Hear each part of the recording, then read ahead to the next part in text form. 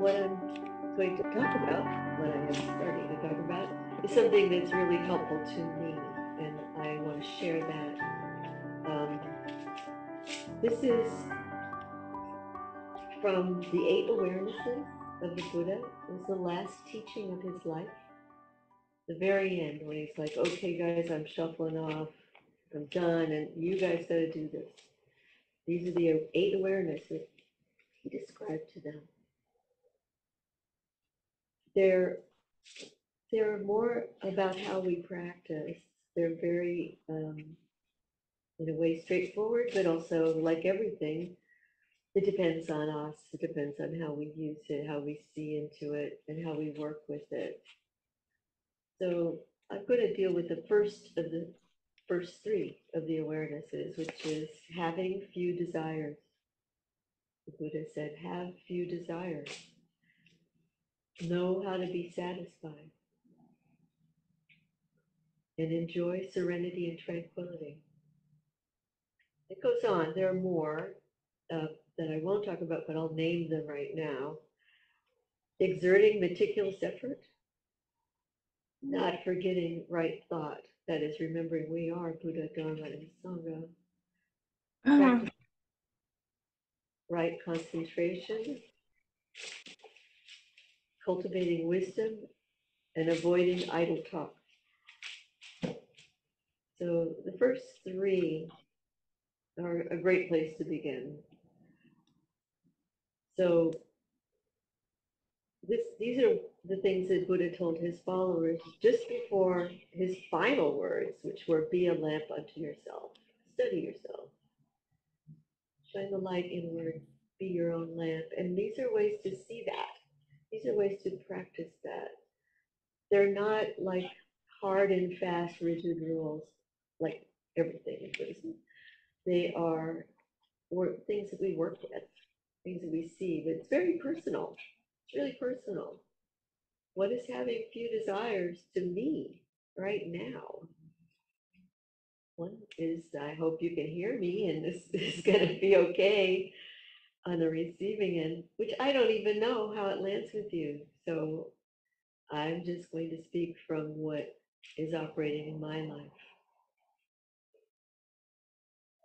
So Dogen Zenji, who is the founder of Zen in Japan, was born in the 1200 and died in 1253.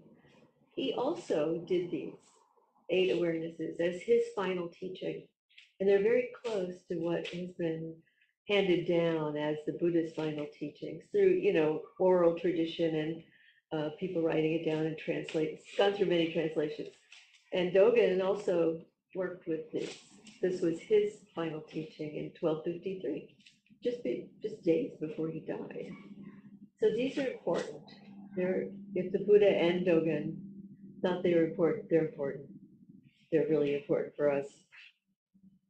These are instructions for living, for practice realization, and the awareness of great awakened beings, which we are, whether we know it or not. Go through the cycle of these eight awarenesses, and each one leads into the other. In fact, they're all contained in each other.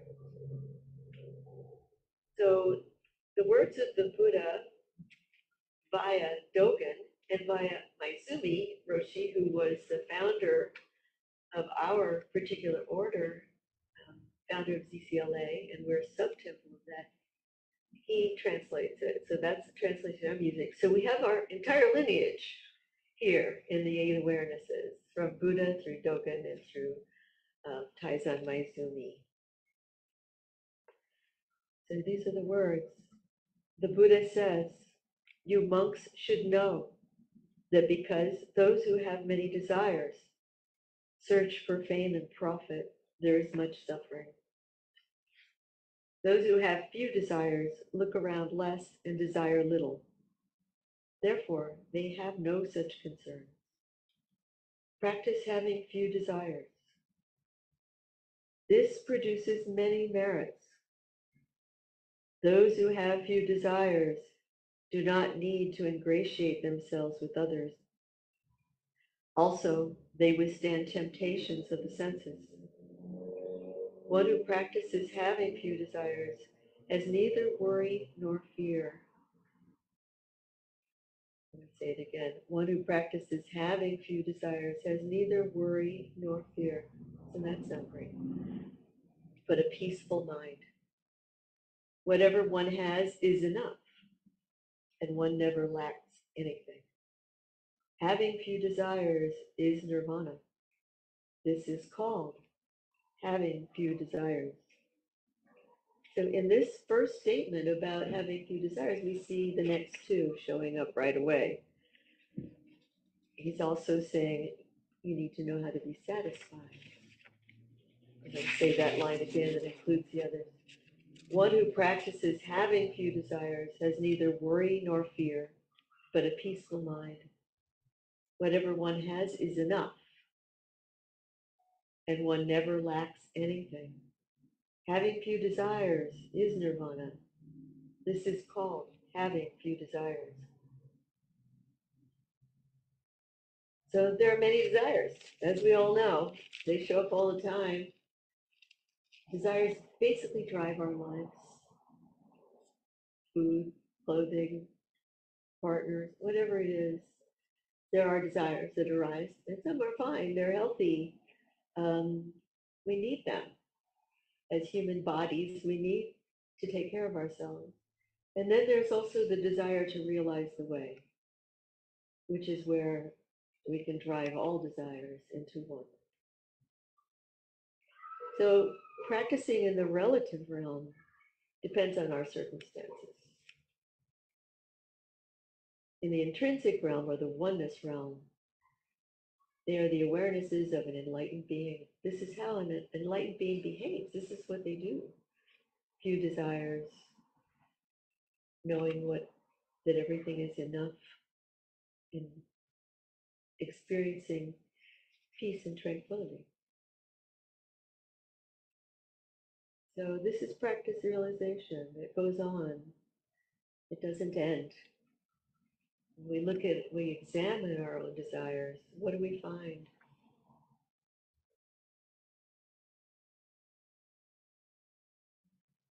So the first one, so we can look at them all separately as well, even though they're very strongly related. This is really about the Four Noble Truths, having few desires, that life is suffering, that the cause of suffering is clinging, and its twin, aversion, which is really another form of clinging. So when we examine our desires, this is our question. Are we clinging? Are we pushing away? What's right for us? That's where the second one comes in. What do I really need? Knowing how to be satisfied. I desire it. Do I need it? And can I be satisfied with what is in my life? The Buddha doesn't say no desires. That's why I especially love this. Doesn't mean to erase ourselves as human beings, to be dead to who we are. No, it's being alive to who we are and seeing the actual wants, needs, desires show up and to question them, to ask, what is this? Do I really need it? Am I agitated from it? This is where the third awareness comes in of peace and tranquility.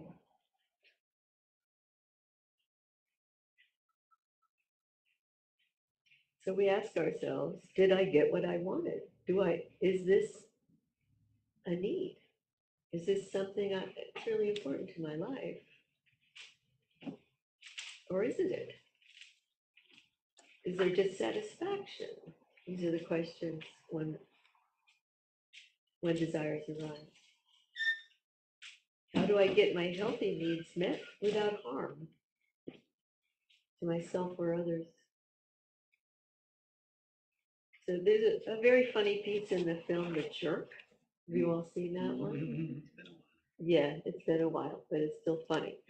In it, Steve Martin and his girlfriend are breaking up, right? And they're like, I don't need you. They're just pushing each other away. and have mean faces on. And Steve Martin says, I don't need you. All I need is this ashtray. He's picking up stuff there in the apartment they're in. All I need is this paddle. I don't need you. I just need this paddle. And finally he says, and I need this lamp. This lamp is all I need. So, we know he's denying what he really needs. He wants the relationship to continue, right? So this is what happens. Desires show up and they might cover up what's really important to us. They can make us unclear. It's like, I really want that lamp. It's going to really change my life. No, it's not. But speaking from his heart to his girlfriend might have done it. So he's covering the pain and filling the gap with objects. How many of us have done that? Yeah, I have. I think we all have. I mean, advertising is all around us all the time. They're always telling us to buy stuff. These exciting objects are going to change your life. I mean, you can't help it. Even on the internet, anything you do, the ads are popping up like crazy all the time. They're very hard to ignore. And every once in a while, the exciting object appears, and you're like caught. You're like, oh yeah, I want that. I really want to have it. Do you really want to have it? That's the question. Is this important in your life? Is this a way to spend your time and resources?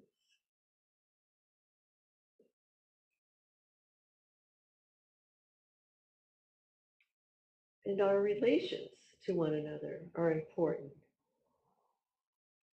So important to not treat our relations as objects in the marketplace. And that sometimes happens. Sometimes we do that. Do we live in a culture that's market oriented? Do we inflict angry words because we're not getting what we think we want?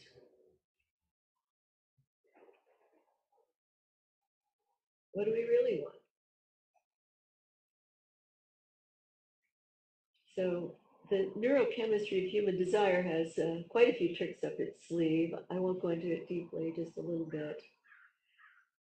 There's an anticipation, the promise of pleasure, the moment of getting it, and then the lack of satisfaction when it goes away.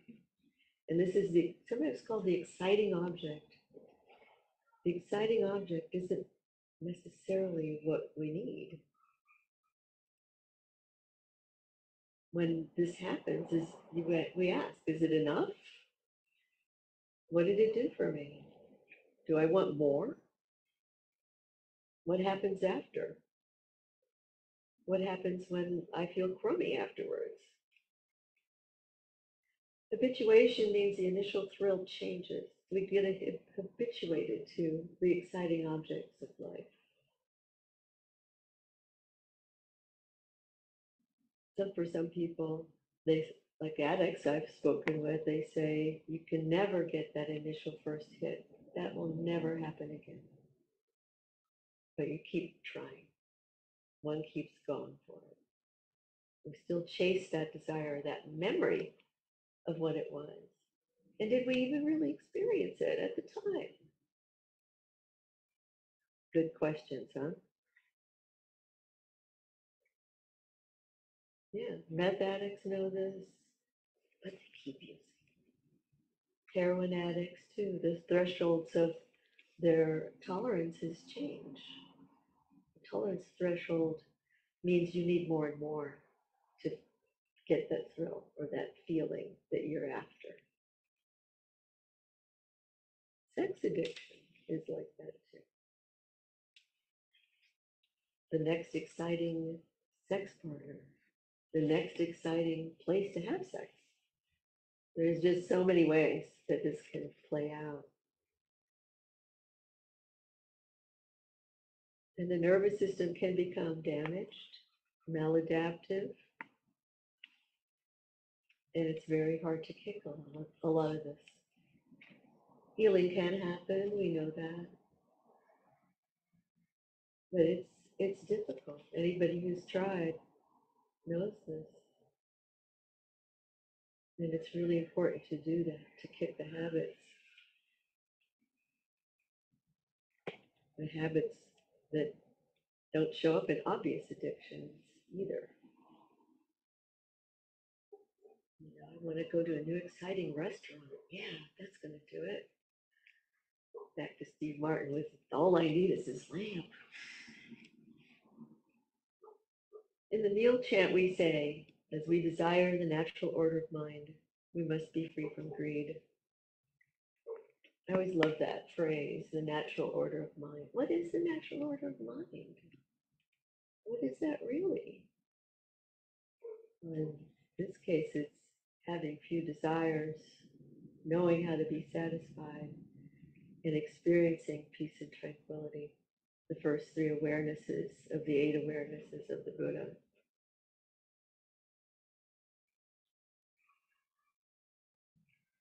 We can still have pleasure. That's fine. That's natural. We can still have a delicious meal. That's fine. It's the clinging and the seeking after and the addiction that we're having to really look at.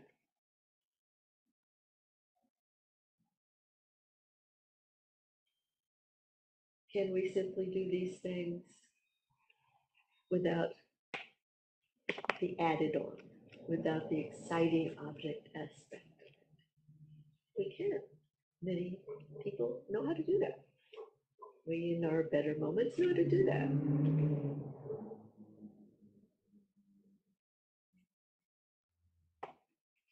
If we become vulnerable when we're open, when we're not going to be part of the gang that's seeking the exciting objects, we're vulnerable when we say no. We can be. We can also say no, just clearly say no.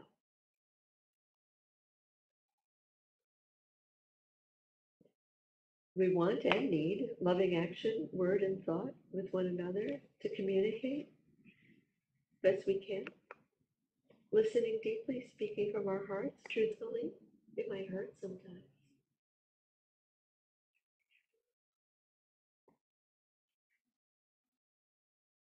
It takes patience and practice. In the therapy work that I do, we try to expand what is called the window of tolerance. This is how well we can tolerate a feeling that doesn't feel good, something that is maybe agitating or dysphoric. Our ability to tolerate that is key to our ability to say no to exciting objects or to clinging. It really helps if we can handle it. And it takes practice, that one too. In the when doing the therapy, we slow everybody down. We move too quickly through all this desire realm, you're not going to see it. This is what I see with people I work with. They need to really, really slow down and see what's really there, what's underneath the desire. It takes real patience and slowing and tolerance for the dysphoria that's often under it. So it's a tall order. And I think it is what we need to do. We want to realize the way. We want to benefit all beings. This is what we do. So I tried an exercise when I was thinking about all this of looking at what are my I wants for about over a period of 12 hours. I won't tell you all of them, but I'll give you a few. I wrote them down. One was, I want to be appreciated by my daughter. I want her to see me as a supporting, loving mother. Okay, that's, I'm imposing an idea on the relationship. Yes, the love that flows naturally, fine. The I want and the image of it, not so okay. Am I a loving mother? Yeah, I try. So we were speaking on the phone. She had good news. I paused mostly, really pausing myself, not to like impose my ideas and my thoughts and my wishes and desires for what goes on in this conversation. So she said she quit her job. Okay, immediate mom reaction is, oh no, now what? Yeah, so, I didn't say that. I just listened. I really just listened. And in the end, it was fine. I realized she's a grounded and wise person who has her own life. And I'm glad she could talk to me about it. So the next one that came up, big one, was I want to be done handling all my senile mother's finances. So I've been doing this for 13 years. All of her bills, her investments, her taxes, everything. And she's senile, so she doesn't understand. So, and sometimes I have to get her permission to buy things or to change things, and she doesn't really get it. Um, so I resist. I often resist it. Like, I don't really want to call her and do this. And that's true because it's difficult. So I need to slow myself down for that. What am I feeling? How can I be clear and not get myself in the way of her needs? So this is service. If it becomes too much for me, if my health suffers, then yeah, I'll change it up. I'll get someone to help. But for now, this is what I'm doing. And I need to look at my resistances, my desires to not do it, my desire for something that's enjoyable, that's in the way of actual helping. And the fourth one was that came up was I want a piece of chocolate. Do I need it? Not really. And there's this longing for the chocolate. Am I using it to counter resistance with my mom? Yep. So I eat it. It's small, it's delicious. Lasts about a half a minute of chewing, savoring, and swallowing. And then there's the aftertaste, which is very nice. Did that help? It did, sort of, briefly. It did stop me, it did pause me in my resisting, but I still have to deal with the issue and return to being clear enough and myself out of the way. So then another one was I need to learn anatomy for health, for my therapy practice and also for my own health. And the exciting object arose for me. I need an anatomy book with really fancy pictures. Well, this hits me at home because I love books. So asking myself, do I really need this? Oh, wait, I have an app on my phone that does all of that. I don't really need to buy another book. So that ended pretty quickly and easily. And then I made a veggie stew. Yes, I was craving it too. Seemed delicious. I paid attention to the cutting and chopping, sauteing, adding things, cooking it. It smelled wonderful. It was lovely, simple nourishment. And after that, what happened? Oh, I want another bowl. That was so good. Do I need it? Probably not. I think I'm full. Do I feel actual hunger? No. So I eat it anyways, and I feel too full and dissatisfied from that. So knowing how to be satisfied. What is the right amount? What do we crave? What do we need? What do we want? And how to be satisfied. How do we fill that? How do we fill our lives? The desires are always going to come. They're always going to show up. We are human beings and we need to move our lives along, feed ourselves, clothe ourselves, but how we do it is the real issue. So these awarenesses work together. Desire and knowing how to be satisfied. Actually, writing it down helped me, and I may continue it as a little diary because it was a very useful practice. It was really part of slowing it all down to see the habit patterns. that can quickly disappear. If I hadn't stopped to ask myself about buying an anatomy book, I would have bought it. So on the second awareness, let's go to what the Buddha says about that one. We know they're related, and there are some specific things that Dogen writes, that the Buddha wrote, that the Buddha said about the second awareness. The Buddha says, you monks should contemplate knowing how to be satisfied if you wish to be liberated from suffering. The Dharma of knowing how to be satisfied is the realm of riches, comfort, peace, and tranquility. It already names the third awareness, the peace and tranquility. The Dharma, those who know how to be satisfied are happy and comfortable, even when sleeping on the ground.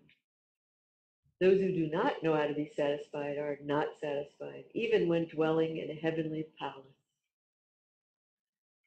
Those who do not know how to be satisfied are poor, even though they are wealthy.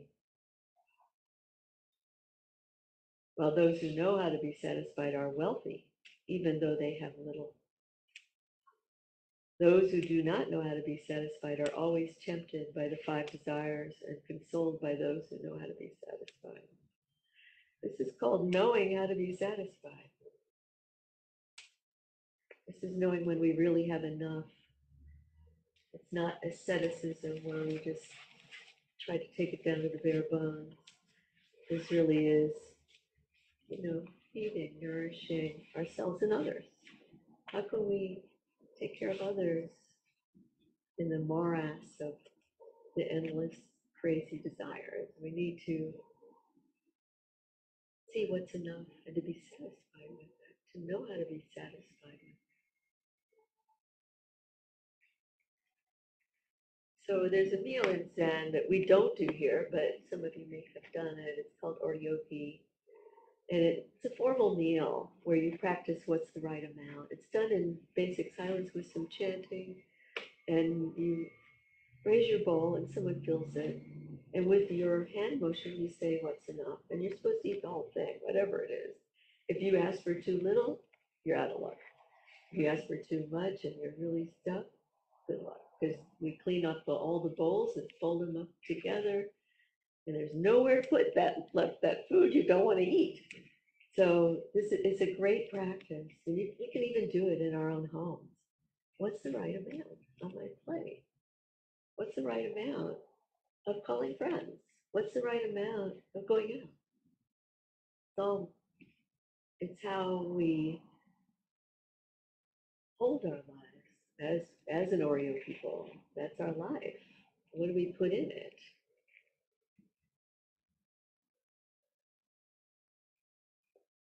And this isn't just about us, our little bodies. It's about everybody, about the whole world. How do we feed the whole world when we don't even know how to feed ourselves? When we don't even know what's enough? Well, we can, and we try. This is practice. This is looking at it daily.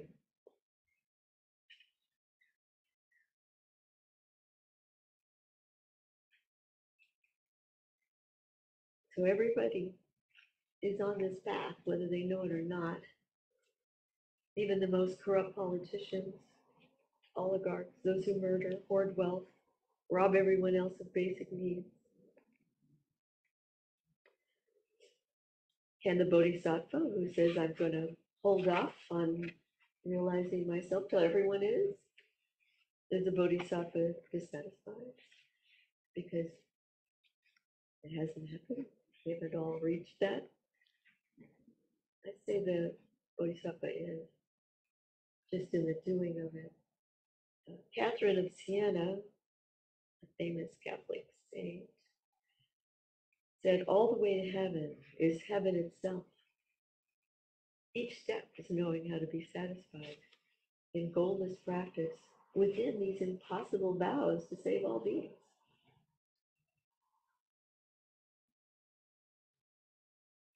Maizumi Roshi said, in order to be satisfied, we should thoroughly know ourselves as Buddha nature itself. But until we really come to this point, we can't be satisfied. Knowing ourselves thoroughly, even though our body, our existence is finite, we can see that our life is nothing but the life of the whole world. We are already so.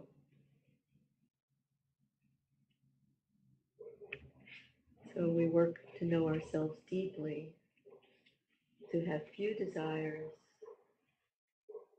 to know how to be satisfied, and to come to the third awareness, which is peace and tranquility.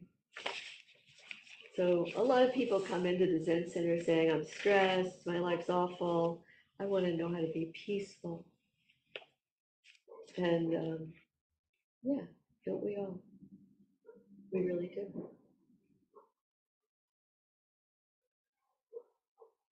I'd like a peaceful life. Well, that really means working with our desires and being satisfied. It's not like going to a spa, although that's nice. I like it too. So here are the words of the Buddha via Dogen Zenji and via Maizumi, who translated it. I'm using his translation. The Buddha says, if you seek joy and peace in the serenity and tranquility of non-doing, you should keep away from disturbances and dwell alone in a quiet place. Those who dwell in quiet places are praised and respected and by celestial beings. Therefore, casting away attachment to yourself and others, dwell alone in a quiet place and contemplate the cause of suffering. Those who crave the company of others suffer from their relationship with them. This is craving others. This is not being with. This is craving. Those who crave the company of others suffer just as a tree will be broken and die when too many birds roost in it. The bondage of worldly involvement will drown you in suffering, just as an old elephant drowns in mud because he is unable to get out by himself.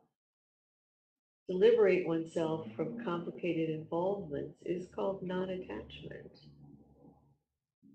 So without the craving and that the unhealthy attachment, we are with one another. And in fact, we're all about collective awakening. We do this together. So a tranquil place. Some people coming here are like, yeah, this place looks kind of tranquil. But when you sit here, you can hear the 805 and you can hear Highland Avenue. And sometimes the neighbors are playing music. And one time the kids nearby were all blowing on kazoos for a birthday party while we were sitting, which was actually quite wonderful. So what's a quiet place? So this is an inner place, no doubt. It's an idea of quiet. So there's, let's see if I can find this. My notes are a little out of order. Ah, here it is. So there was a quiet room, a special quiet room built, I think it's, where was it? Microsoft built it in 2015, the quietest place on earth. You've heard of this? The quiet room. Yeah. Wasn't it like negative 30 decibels or something? Yeah, it's nothing. It may sound like a sanctuary, but it's not. Few can stand being in the room for much time. People have tried. They don't like it. After a few minutes, you'll begin to hear your own heartbeat. A little longer, you'll hear your blood flowing, and then your bones grinding. Yeah, talk about seeing and hearing impermanence. Your own bones grinding.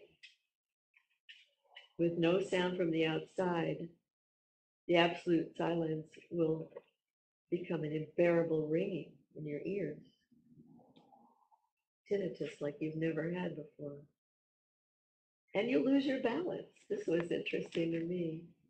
We depend on the sounds around us for balance. We're like bats. So with this room where no outside sound and there no echo whatsoever, we start really big time falling apart, not knowing how we can stand, not knowing, what's going on. We're hearing our bodies decaying as we're in there. So we're not talking about physical silence, right? Obviously not. We're not in inner silence of non-grasping. Being still within yourself, being still within the sounds that you hear around you.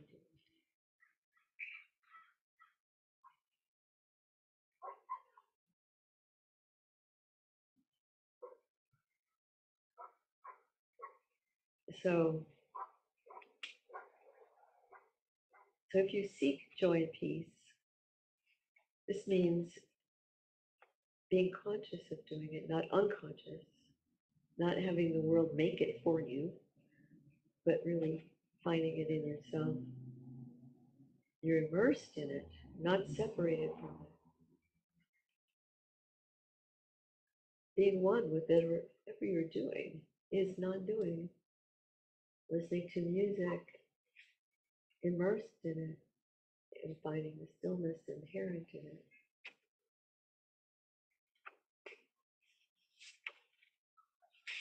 And with these practices, we become more courageous. We know ourselves better. We know how to be courageous in reaching out to others who are in pain, who are suffering. As we looked into our own suffering and pain, and we are working with it.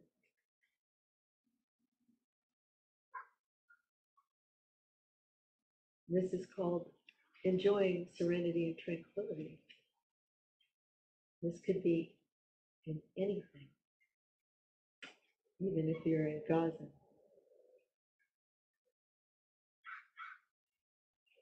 So the rest of the awarenesses I'm not going to talk about, we've probably talked enough today, are exerting meticulous effort, really putting yourself into it. Not forgetting right thought, not forgetting you are Buddha, we are Buddha. Practicing right concentration in meditation, cultivating wisdom, and avoiding idle talk. That's a good one. The Buddha ends with that one.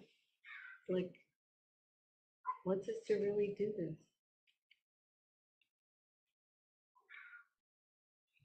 So these are interpenetrative and interacting awarenesses of an enlightened being, us. So the Buddha died in a common place, nothing fancy, even though his followers wanted him to go and die in some place that would honor in their idea of what is honoring his death. And he said, no, he said, I'm not doing that. So he was an 80-year-old man who lived the life of a beggar in the streets and forests. He was pretty wrecked by then. And he just died in this common place. His life was one of having few desires, knowing how to live, and die satisfied with serenity and tranquility. I certainly aspire in my own, I'm going to say limited, but it's not, because we have the whole Buddha Dharma supporting us.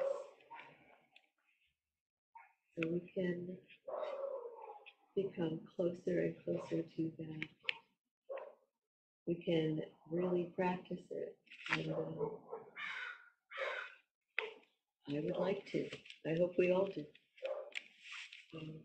Thank you. And if there are any comments or